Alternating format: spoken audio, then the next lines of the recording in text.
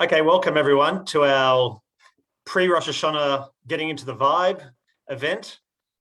Today we have a very exciting virtual tour with a bee farm, and we'll introduce them in a moment. But just want to have a special welcome to our community, and especially to the bar and bar mitzvah class who've joined us this evening. So great to have all the young boys and girls with us. Great to see you all. We're just also live streaming this on Facebook, so say hi to all your friends. And following the exciting bee tour, we will have just a couple words around Rosh Hashanah and the special symbols, the symbolic foods we have, as well as some music from Brett and his friends. So it's going to be a great afternoon. What I'm going to do is I'm going to hand over straight to our bee people, because we do want to do this while it's still light, and obviously sunset's coming up towards 6 o'clock. So we're very excited to introduce Jonathan Landis. He's there, I'll spotlight him in a moment. Jonathan is a registered urban beekeeper, and he's also the manager of Chevra Honey. So it's a local honey place, and I'm sure he'll tell us all about it. And we also thank Annette Landis, who's on the photography side of things. So you won't see her, but she's there. So Jonathan, take it away. We were looking forward to hearing about it.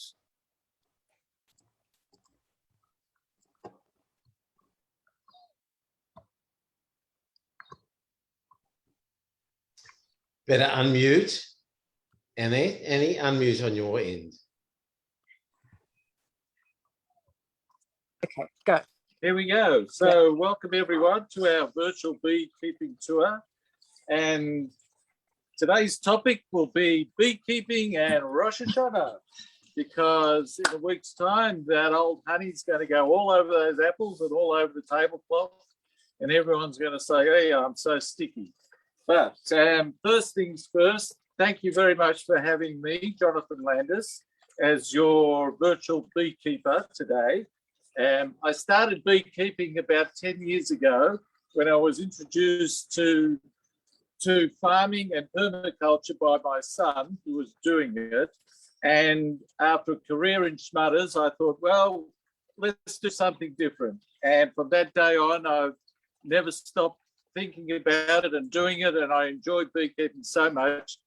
And not only do I enjoy it, but it gives so much to myself, to the people around me, and I think also to the world, because in every small way we can make the world a better way, a better place. And what's better than keeping bees, which keeps us all happy because the food gets produced and the flowers get to bloom and the gardens look great.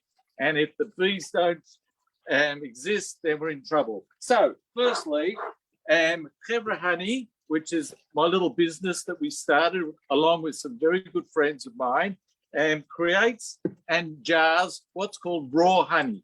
Now, raw honey is different from honey that you buy in the supermarket, because our honey is not cooked or treated or homogenized in any way. It's the very same honey that comes out of our beehives. Now, I'm going to show you our beehives in a minute, but firstly, I want to talk about how is it that a bee, which is an insect with legs and wings and this sort of thing, and is considered treif to eat, because let's face it, if you went to Hong Kong and someone said, here's a plate of crumbed bees, you wouldn't eat them, would you? Now, how is it bees can carry honey nectar into the hive and the honey is considered kosher? Okay, it's a good question, and I'm sure someone would ask.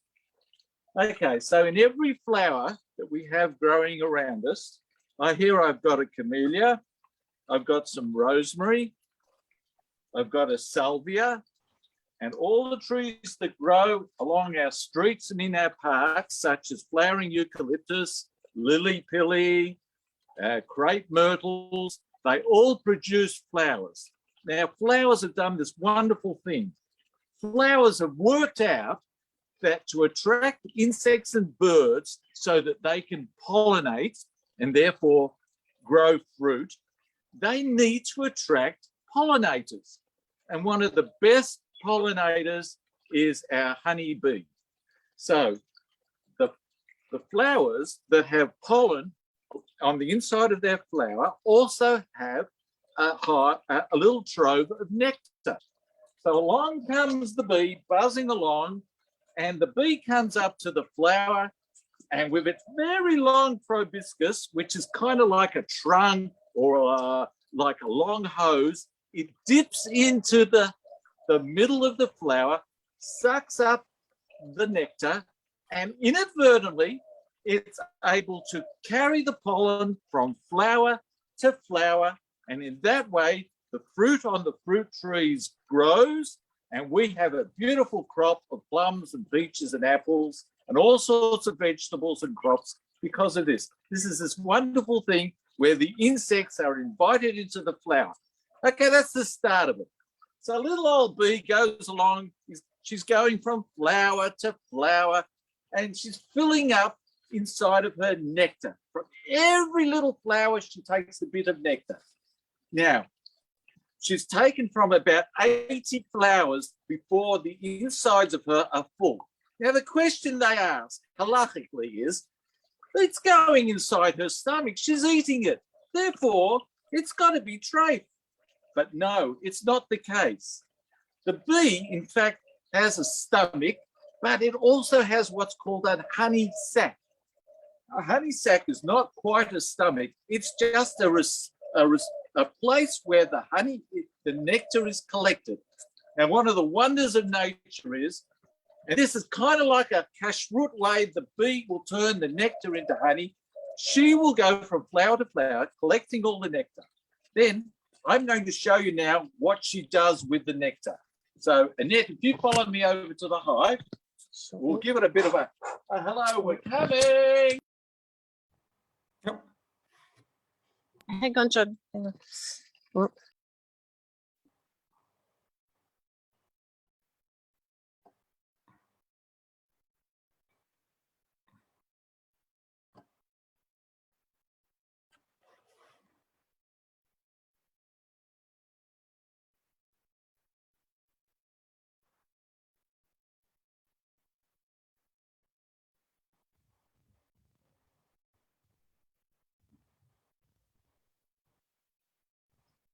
Annette, you're muted again. Okay, good. We Go. on? Yeah. Okay. The bees have a certain job in the hive. One of the jobs of some of the bees is to forage for the nectar. So they will go out of the hive, like I said, collect the nectar from the flowers and return, as you can see them, returning right up to the entrance of the hive. And it'll show you now the bees returning. A few of the bees will return with pollen on their back legs, but most of the bees will return with their bellies full of nectar. Now, the bees return inside this little opening, which is there. Oh, look, I've got one here on here, Nettie. Look, there's one having a rest on my sleeve. Hello, little bee. Look at her little sting. Oh, she's run off now into the hive. So the bees return into the hive. Now let's go over to the observation hive. Okay. Come this way. Pretty garden. Coming back over here. This is our observation hive. Come around this way, Nettie. Sure. Please. Yes. One moment. That way from the sun behind you. Yes, coming. Okay. Now you'll be able to come up really close. Coming. Come up. Okay. Coming up. There you go.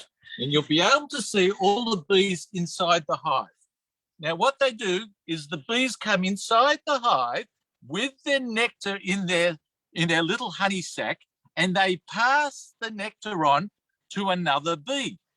Every time they pass on the nectar to another bee, the nectar changes its slight composition with an enzyme in that honey sac, and it also, the water content, it begins to evaporate, the water in the nectar. And then that bee will pass it on to another bee, and then another bee, and then eventually it gets down to the very last bee, which puts that nectar inside the comb.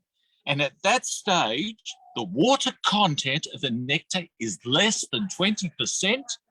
And after that, the nectar is starting to look like honey.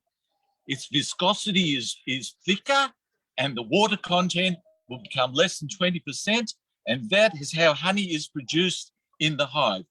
Once the honey is in the comb, the bees will cover it with a little bit of wax as storage, and in that way, the honey will not ferment, it will not go off, and the bees will be able to use it for the energy that they need to keep the hive in good shape.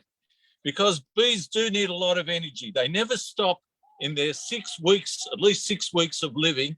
They're either flying around, doing something, keeping the brood warm, keeping the hive cool. They're always doing work until they stop living. And that is how the nectar gets from the flowers to the hive and remains kosher. And that's a really interesting thing. So now I just want to show you, to finish off, a few things about the raw honey.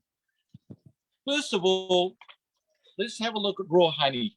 Raw honey, unlike bought honey, is usually thicker and it tends to crystallize. In that way, if it's sitting there by itself, the structure of the honey will kind of crystallize with little crystals.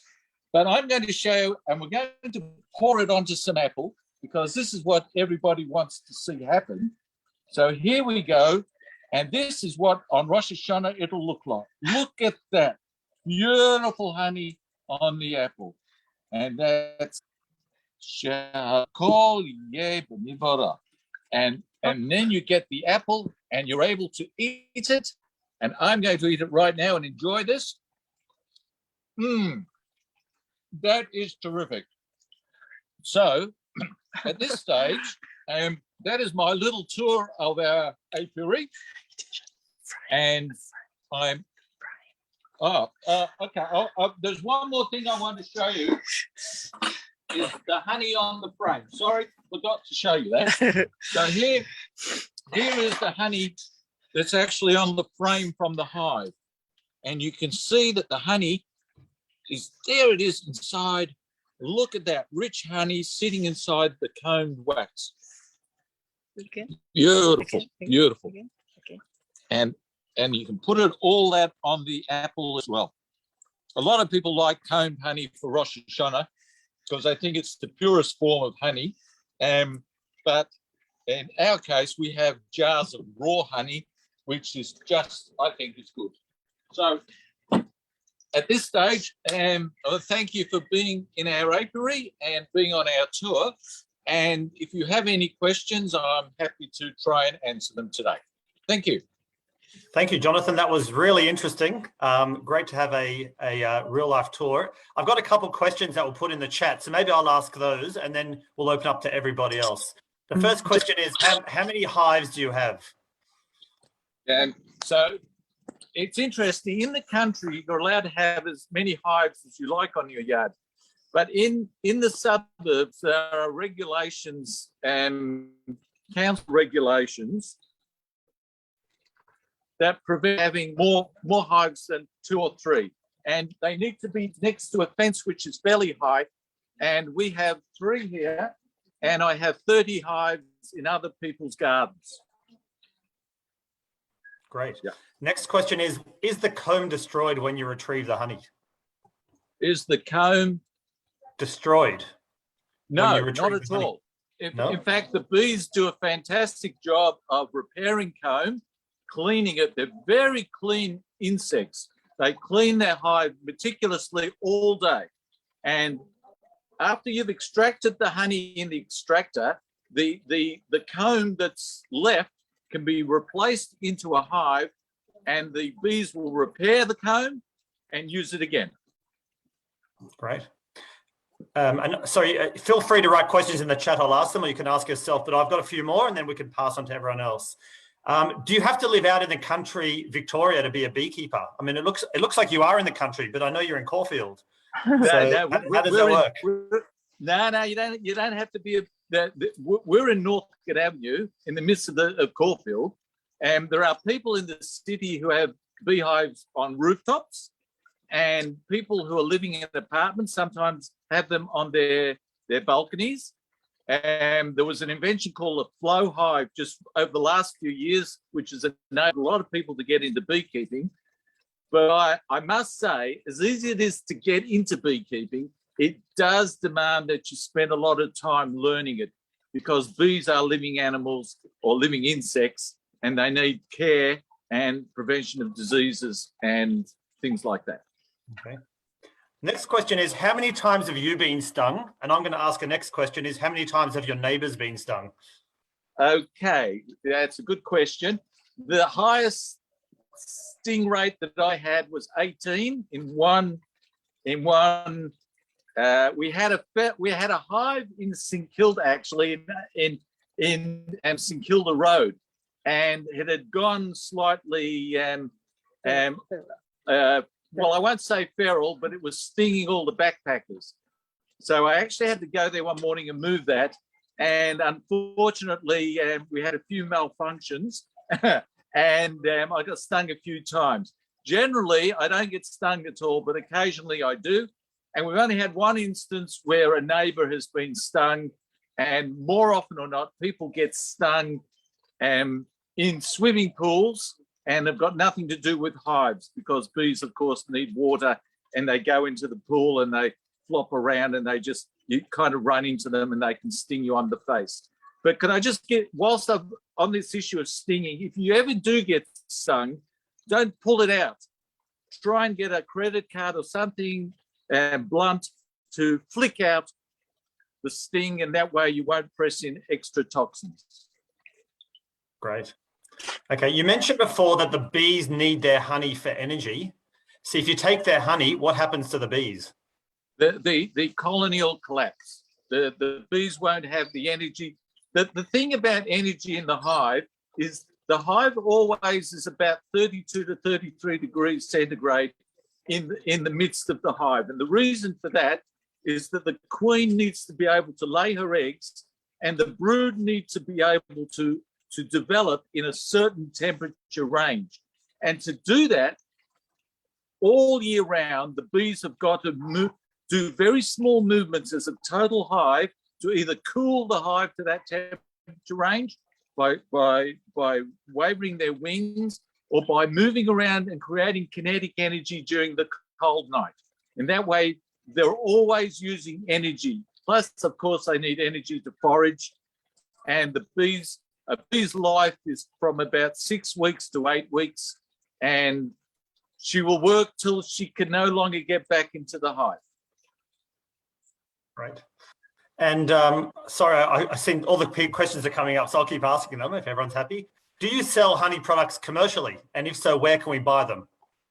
Sure. So how about that? So we have at our house what's called an honour table in our driveway, and we have all our raw honey jarred and set out. And if you ever come past, we're happy to help you, but if we're not here, you can help yourself and leave the money in the money box or use direct debit. And that's the way we go about it. Right. And Before we have you start, and there is a website too you can order off. Yeah. Great. Before you started, you had some smoke there, and then you put that into the beehive. What was all that for? And what type of smoke? So the smoke is something to calm me. No, only joking. This, because the smoke. Where did I put it? I'm very good at losing things in beekeeping. Wherever I go, I leave something. The smoke. I say so in the wild. In the Australian bush, for instance, in the Australian bush, there are a lot of bushfires, and the smoke tends to calm the bees. They tend to retreat into the hive as if there was danger approaching, and they put their heads into the comb and start to ingest honey in case they have to flee very quickly. They'll have supplies. But generally, the smoke tends to calm them down. I use eucalyptus leaves. You can use other things, but I kind of feel that that's what they use. Now, another interesting fact that you might want to know about is that bees are an introduced species into Australia. We have over 1,700 native Australian bee species, 1,700, and they've all evolved in connection with certain types of plants. Not all bees will collect nectar a certain way, and they have different ways of pollinating plants. the bee that we talk about, the European bee, was introduced into Australia in 1822 and has been used since then to produce, of course, honey and to do pollination for crops and things like that. But our native bees are mainly about pollination and don't have the same colony or the way that they produce honey together. In fact, they don't. Most of them don't produce any edible honey at all. So we've got a question from somebody who's obviously watched the bee movie recently, but there were concerns with the bee numbers declining. So what is the state of the bee population and is it growing? Yes, it's called colony collapse, and it's one of those things that a lot of research has gone into, where what usually happens is that the bees' natural immunity to disease and change has been reduced because the amount of bees tend to improve their health by taking in diverse sources of nectar and pollen. When they're reduced to only taking one source, such as a crops like canola or almonds, which go for acres and acres and acres, then what happens, their immunity tends to decrease and the colony becomes weaker and weaker, and the colony can collapse because of things such as varroa mite infesting and hive beetle and other diseases. And it is in the interest of the bees that they have a diverse range of sources of food or nourishment, which enables their genetics to become strong and robust. And that's probably the idea of modern agriculture, where you farm broad acreage farming. I'm not saying it's a bad thing, but that's one of the main reasons for what's called colony collapse. Great, thank you. Very interesting. So we've got a question from Talia Tisha. How many bees fit in one hive? But there's also another question from the Edelsteins. How many bees do you need to get started and where do you get them from? Okay, so a beehive is made up of, over here, if you can see different, they're sort of like Duplo blocks. They're individual rectangular or square boxes, and in each of those there's up to 8 frames. And when in the winter, the beekeeper will reduce the amount of boxes because the bee colony will reduce in size. And that's about 10 to 20,000 bees. And then as spring comes and summer comes, the queen starts laying more eggs.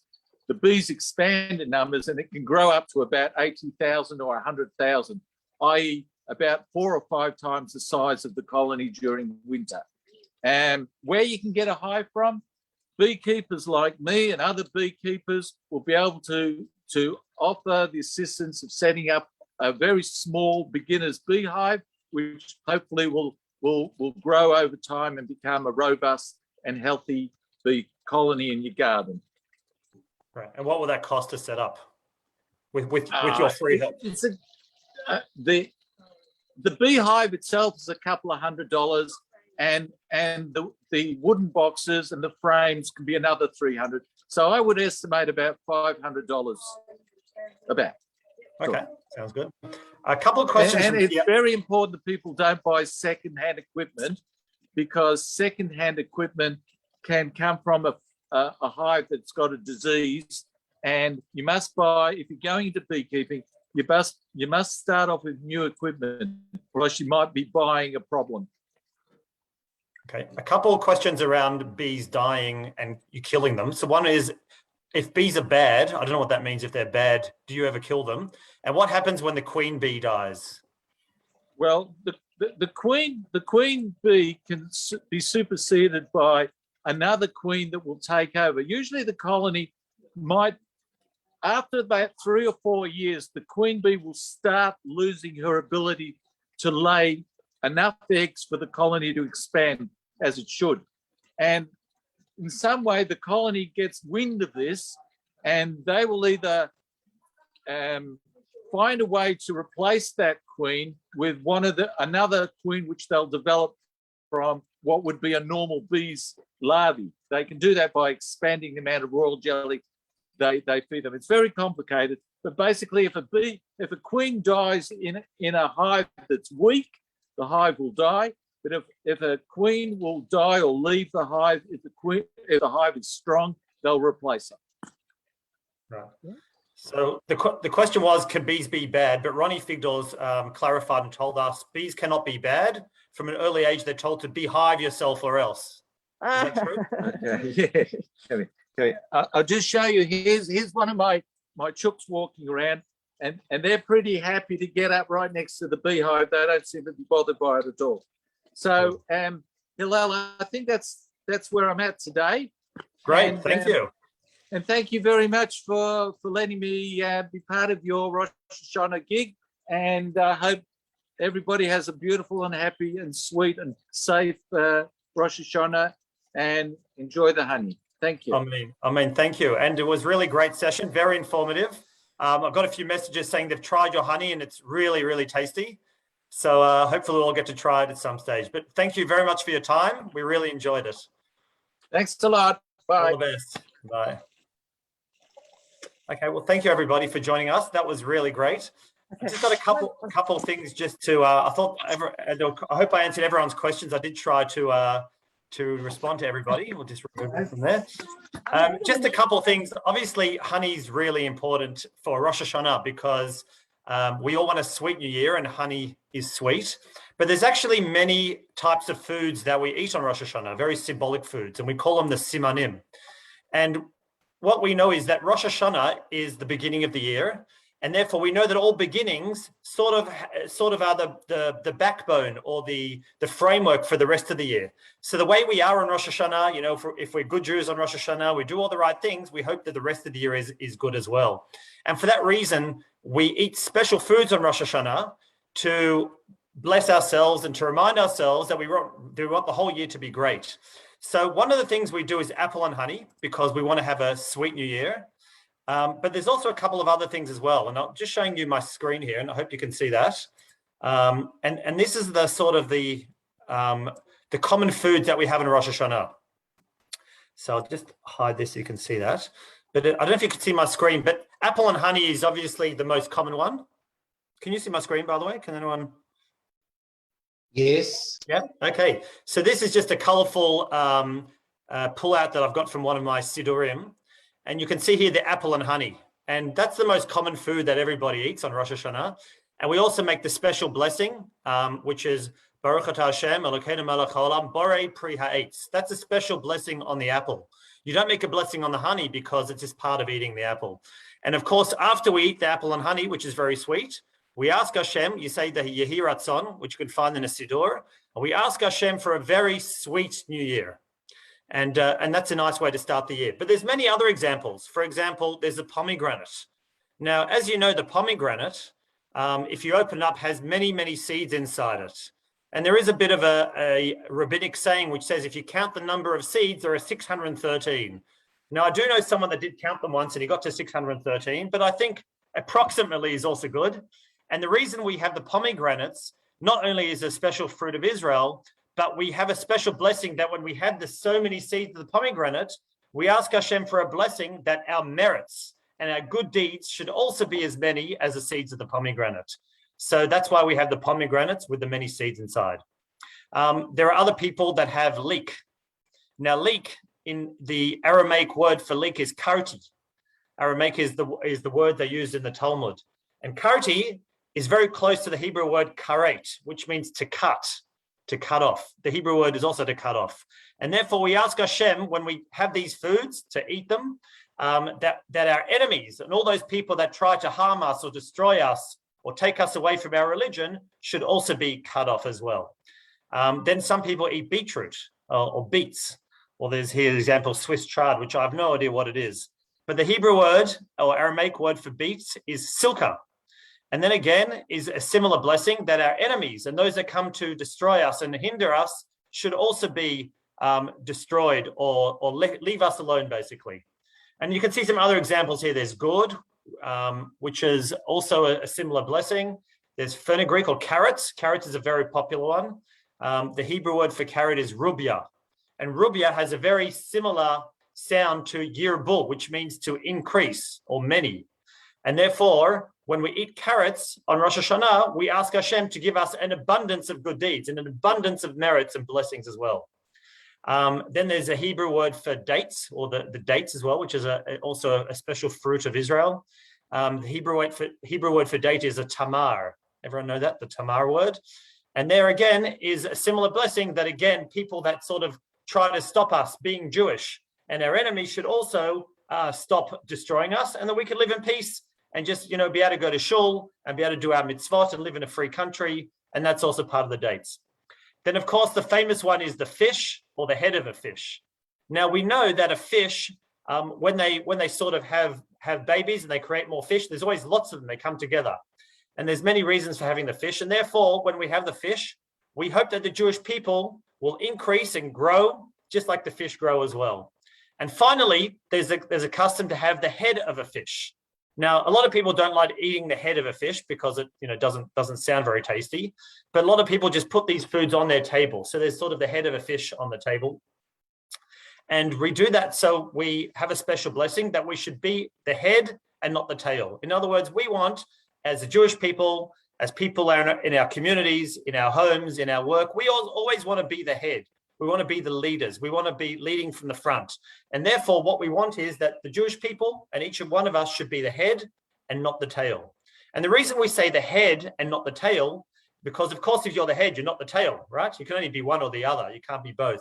But sometimes we're at the head, but we chase our tail. We worry about what other people think, and we don't always do what's right. So what we do is we bless ourselves and we ask Hashem for a blessing that the Jewish people should be at the head. We should be the leaders. We shouldn't have to follow what other people do. And when we make decisions, they should be the right decisions that is good for everybody. So these are the simanim, the blessings. Now, you might not like all these foods, and therefore, you can just have them on your table, or you can just reference them. So in our family, we have a whole plate of different things, and we always try just a tiny bit of each. And each time we eat it, we make the special blessing, and we ask for a blessing for the new year. So of course, if you can only have the apple and honey, that's great, and you should have a sweet new year. But if you have access to these foods, or you can buy them before Yom Tov, it's really worth having them. And it's a very fun experiment to see who likes what type of foods. And it just definitely makes the table very exciting as well. So you can find that in any siddur. It's a beautiful custom. Some people have their own funny customs. Ronnie, you must have a funny custom in your family. You have, what have you got?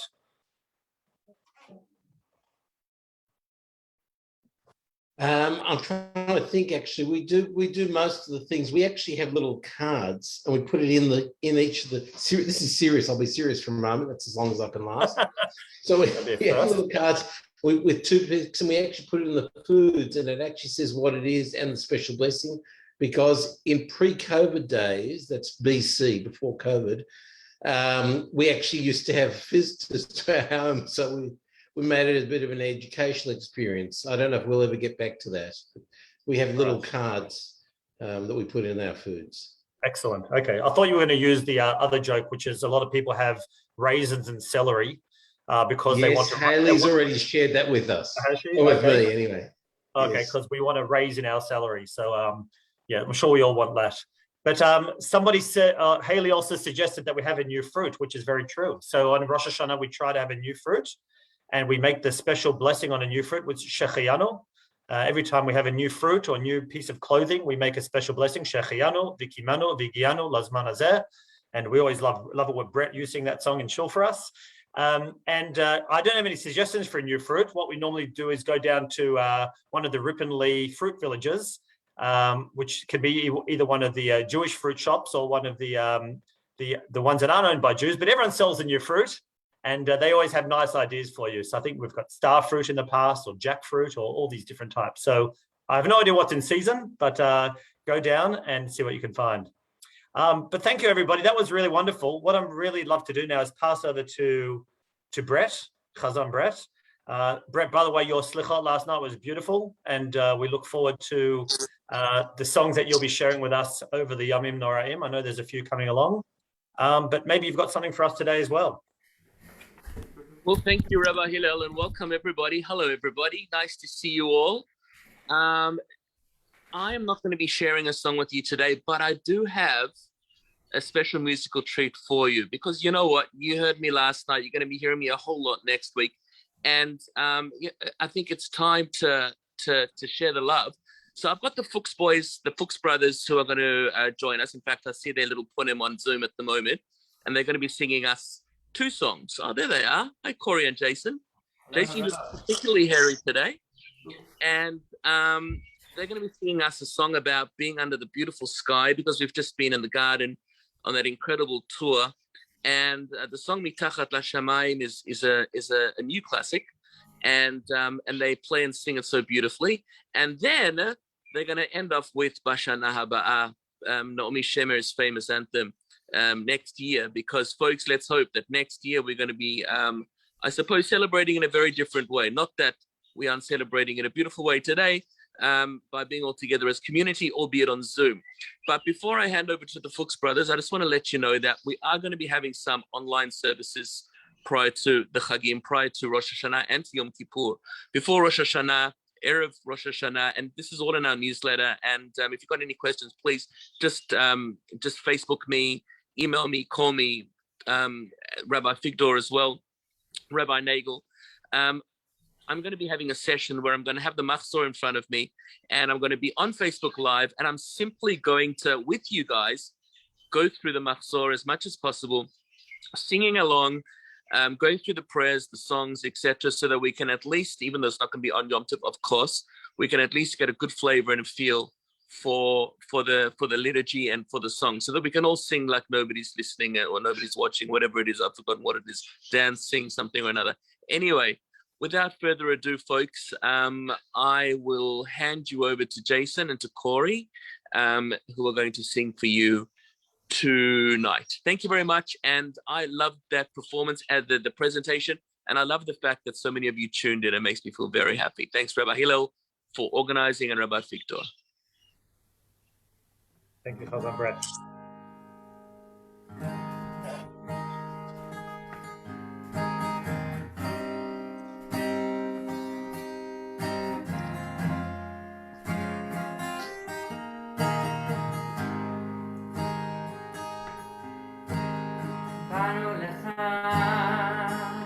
מתחת לשמיים,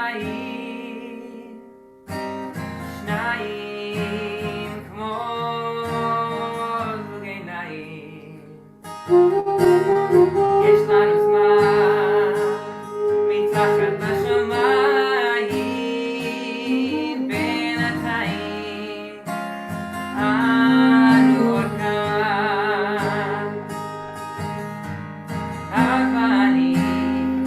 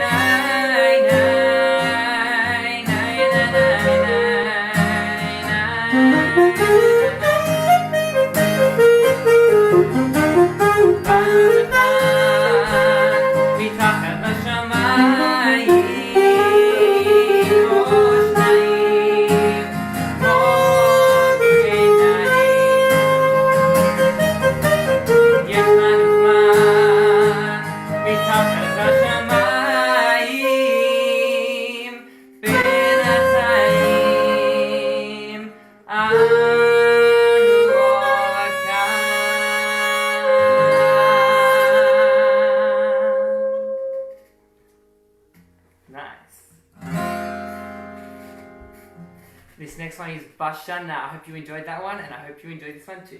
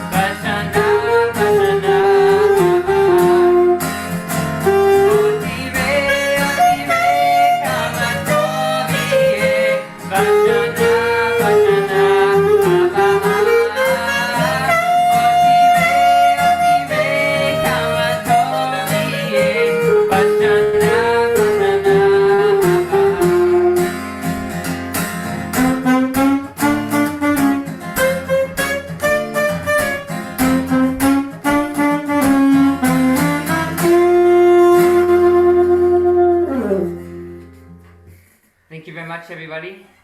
Shkoyach, that was great. Thank you very much. That was amazing. Thank you, Corey and Jason. Thank you, everyone, for joining us. Special thanks to everyone that helped us tonight. Corey, Jason, Cousin Brett, Karen Klein for organizing the honey. And of course, Chevra Honey. Thank you, Ronnie. Wishing everyone a Shana Tova, a happy and very sweet New Year. All the best. Thanks for joining us. Thank you. Thank you, Shana Tova. Thank you. Bye-bye.